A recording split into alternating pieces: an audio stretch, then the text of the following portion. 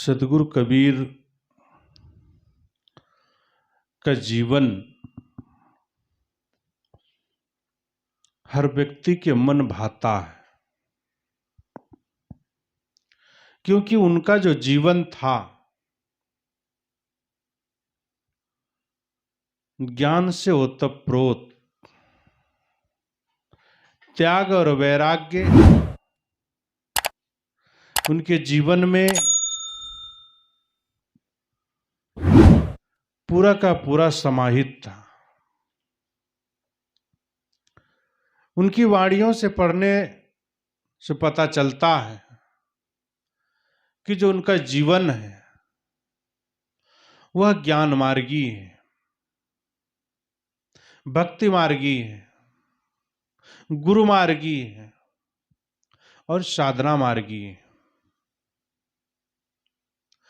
क्योंकि उन्होंने जो जीवन जिया वो साधनाशील रहे, ज्ञानवान रहे। उन्होंने जिधर देखते थे उनको ज्ञान ही झलकता था। प्रकृति के हर कण से उन्होंने ज्ञान की आस रखी है।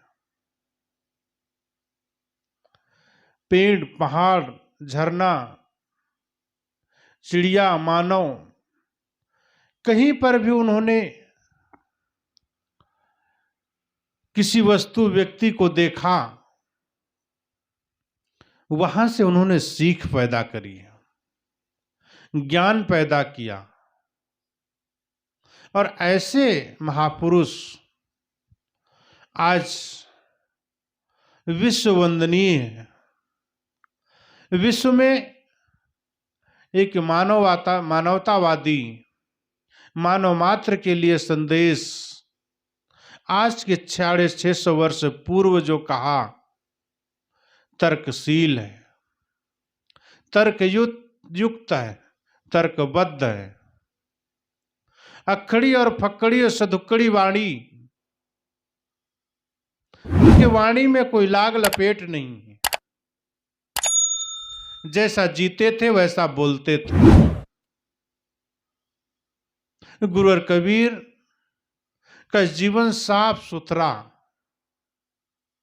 उनके वाणियों से पढ़ने से लगता है कि फक्कड़ापन, अक्कड़ और सदुक्कड़, साधना झलकती है, ज्ञान झलकता है, भक्ति झलकता है और जीवन की सारी सच्चाई। क्योंकि पहले चलते थे और फिर उन्हीं के जीवन से शिष्यों के द्वारा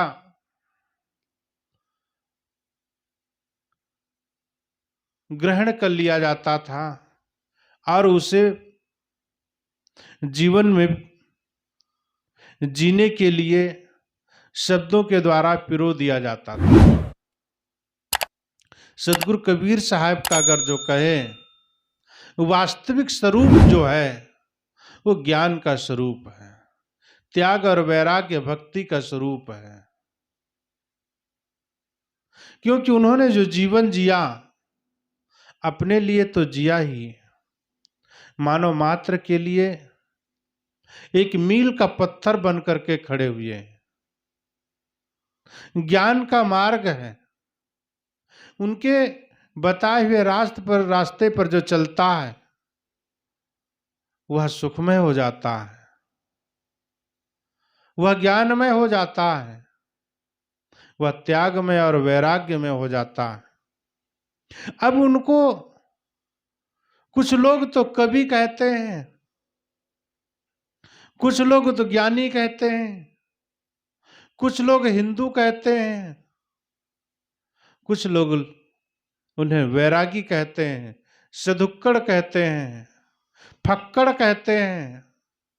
अपनी अपनी दृष्टि में लोग उन्हें आकलन करते हैं। कभी लोग कहते हैं उनसे बढ़कर के आज तक कोई कभी हुआ ही नहीं। ज्ञानियों में, वैरागियों में, साधनाशील में उनसे बढ़कर के कोई हुआ ही नहीं। इसलिए सदगुरु कबीर साहब को संत सम्राट की उपाधि दी। वो संतों के सम्राट हैं। क्यों? क्योंकि उन्हीं के जीवन से, उन्हीं के त्याग और वैराग्य मार्ग से एक भक्ति की धारा फूटी हुई है। सदगुरु कबीर साहब कहते हैं, संतो भक्त सतो गुरानी। संतों के दिल दिमाग में उन्होंने भक्ति का बीज जो बोया, आज वह हम लोगों के जीवन में, आप लोगों के जीवन में वृक्ष के रूप में खड़ा है और उससे हर व्यक्ति आनंदित होता है। ये जो भक्ति की धारा, भक्ति की जो वाहिनी जो चल रही, ये संत गुरुजनों की कृपा है।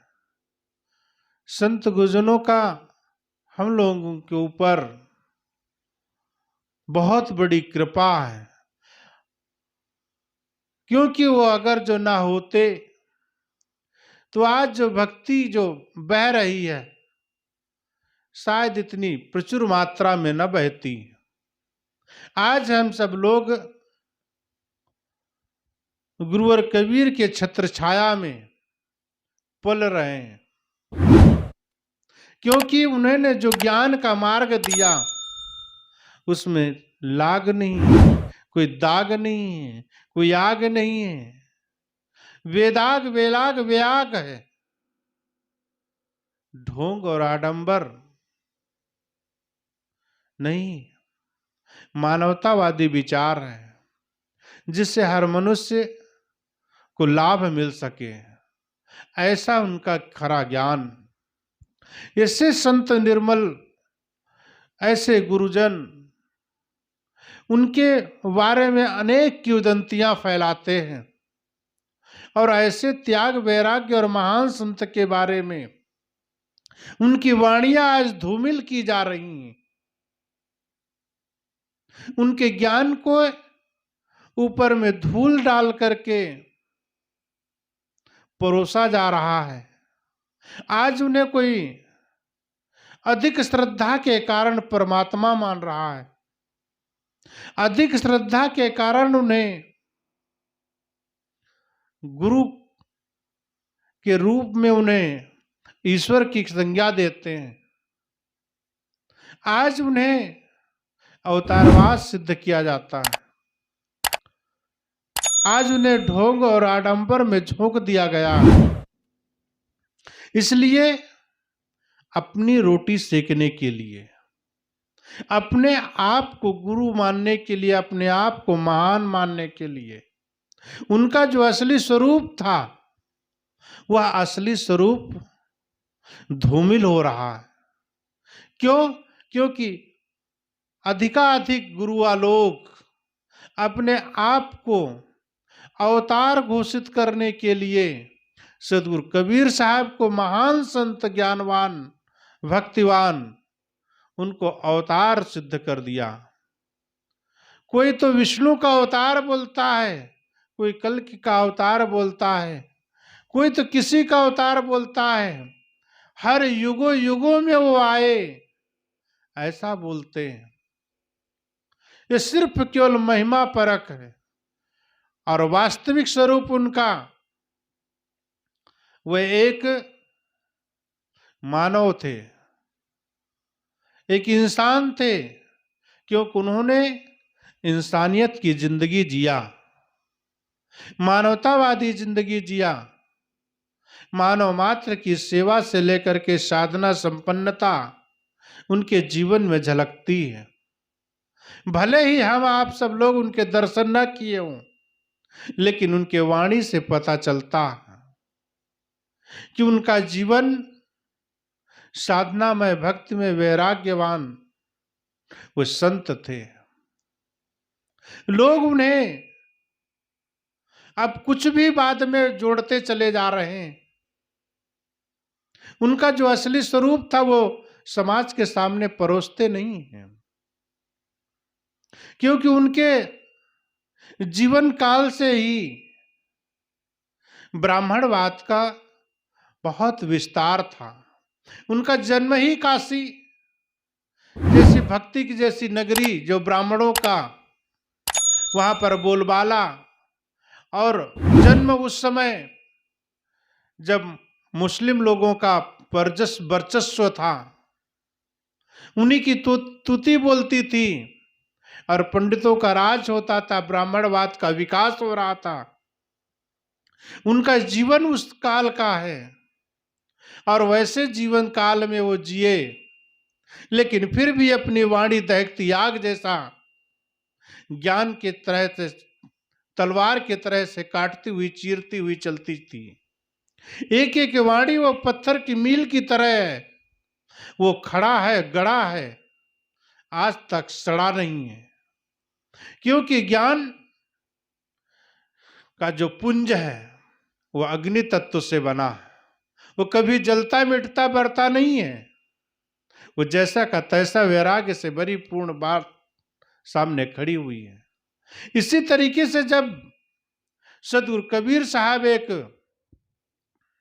जुलाहा दंपति में पाले हुए पोसे हुए, उनका जन्म जो वहीं हुआ, उनके जो संस्कार हैं वहीं से उसी से हुए, कैसे ब्राह्मण लोग उनको पचा सकते थे, कैसे उन्हें अपने अंदर में अंगीकार कर सकते थे, कैसे स्वीकार कर सकते थे? क्योंकि वो ब्राह्मणवाद पर कुठाराघात करते थे। कहते हैं, पाड़े बूझ पियो तुम पानी, पंडित बात बदे सो झूठा।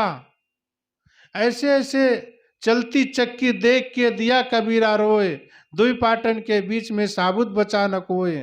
एक एक तर्क युक्त बात साथ साथ में उदाहरण के साथ में अपनी बात को परोसते। समझने के लिए कोई बहुत जोर नहीं देना पड़ता है दिमाग को। पहले के जब साहब के जमाने के लोग ही उनका इतना प्रचार करते थे, छोटी छोटी बातों को लेकर के चरवाहे लोग बोलते थे। उनकी जो साखियां, उनके दोहे, उनके छंद रमैनी शब्द छोटे छोटे संत से लेकर के चरवाहों तक फैल चुकी थी। उन्हीं के जमाने में उनका प्रचार इतना व्यापक रूप से हो चला था, जो आज हम सब लोग, पूरे लोग मिल करके भी प्रचार इतना नहीं कर पा रहे हैं जितना उनका प्रचार उस समय हो चुका था। उस वक्त की सल्तनत, सिकंदर लोधी जैसे, धनी धर्मदास जैसे लोग उनके चरणों में अपने नतमस्तक हो चुके थे। बलक बुखारा जैसे लोग, सामंतवादी विचार के लोग, रामानंद जैसे लोग, इतने ज्ञानी और महात्मा लोग, दादू दरिया घीसा पलटू जैसे लोग, जगजीवन जैसे लोग, ये जितने भी उनके समय के संत गुरुजन थे, सब उनके बताए हुए रास्ते पर चलने का प्रयास करते थे। क्यों? क्योंकि जो वास्तविक स्वरूप, वास्तविक ज्ञान, ऐसा हर व्यक्ति में संभव नहीं था। ब्राह्मणवाद चरम सीमा पर था, मुस्लिम तलक चरम सीमा पे था।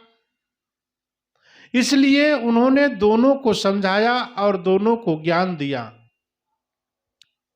इसलिए उनके जीवन को, उनके ज्ञान को धूमिल ना किया जाए।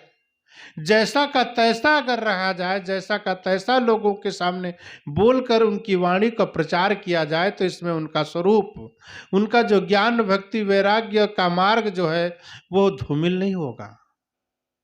इसलिए उनकी बात को अपने जीवन में अंगीकार करते करते दूसरों के जीवन में डालने का प्रयास करें।